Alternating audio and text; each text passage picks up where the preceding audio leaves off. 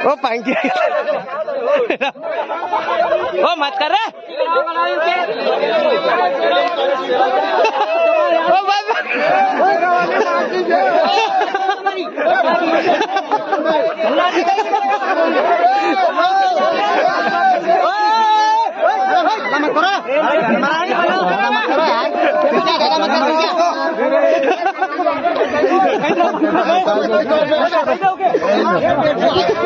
ये बैठा हो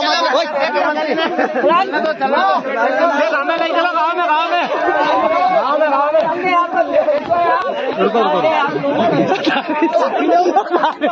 में